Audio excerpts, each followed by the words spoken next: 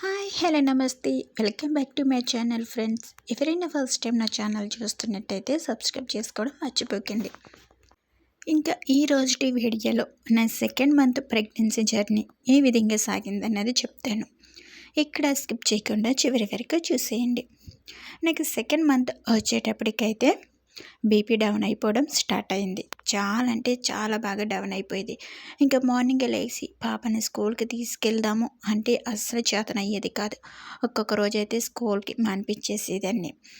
ఇంకా అట్లాగే రోజు పాపని స్కూల్ మానిపించేస్తే ఎట్లా అని స్కూల్లో ఇంకా ట్రాన్స్పోర్ట్ అడిగితే, ఈ ఇయర్కి ట్రాన్స్పోర్ట్ లేదు, నెక్స్ట్ ఇయర్ నుంచి ట్రాన్స్పోర్ట్ ప్రొవైడ్ చేస్తాను, అప్పటి వరకు మీరే వచ్చి తీసుకెళ్ళండి, నీకు హెల్ప్ చేయాలని ఉంది కానమ్మా, ఇప్పుడు హెల్ప్ చేసే పొజిషన్లో కూడా మేము లేము, ఎందుకంటే బస్ ఫిల్ అయిపోయింది.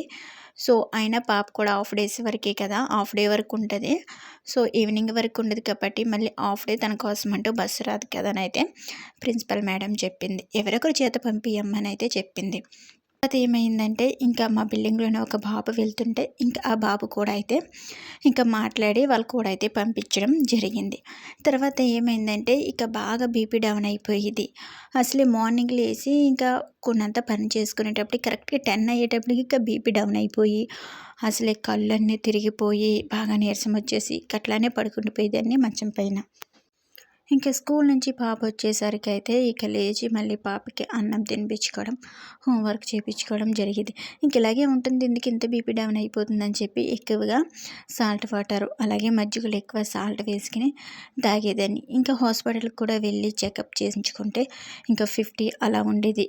ఇంకా అక్కడ ఉన్న నర్సులందరూ, ఏంటమ్మా బీపీ ఇంత డౌన్ అయిపోతుంది, నువ్వు తినడం లేదా, నీకు నీరసం రావడం లేదా అనేవారు.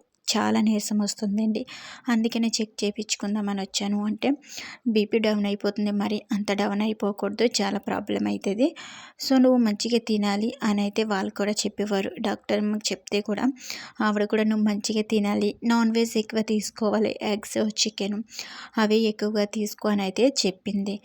అలాగే తీసుకుంటా మేడం అని చెప్పా, కానీ నేను నాన్ వెజ్ తిందాం అనేటప్పటికి అస్సలు ఇష్టమయ్యేది కాదు. ఎగ్ అయితే అస్సలే తినేదాన్ని కాదు, అప్పుడప్పుడు చికెన్ తినేదాన్ని. కానీ బీపీ డౌన్ ఎలా తగ్గుతుంది అని అయితే ఆలోచిస్తూనే ఉండేదాన్ని. చాలా బాగా డౌన్ అయిపోయేది. ఇక్కడ మజ్జిగ తాగేసేది అనమాట. అలా బీపీ డౌన్ అవ్వడం వల్ల అసలే నా పని నేను చేసుకపోయేదాన్ని. ఇంకా పాపతో అయితే చాలా విసుగు వచ్చేసేది.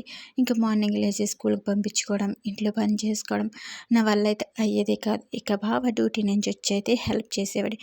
ఈ విధంగా సాగింది నాకు సెకండ్ మంత్ వచ్చి. ఈ బీపీ డౌన్ అంటే మనం చాలా లైట్ తీసుకుంటాం, కానీ అది చాలా డేంజర్.